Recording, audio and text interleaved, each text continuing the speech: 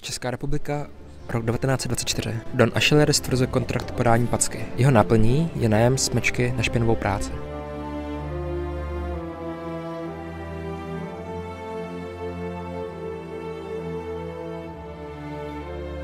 Max Green.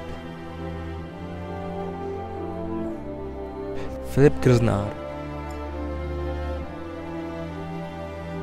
Skibidi Toilet. Jejich úkolem je eliminace kočičího Dona Macheta. Arr. Don Macheta.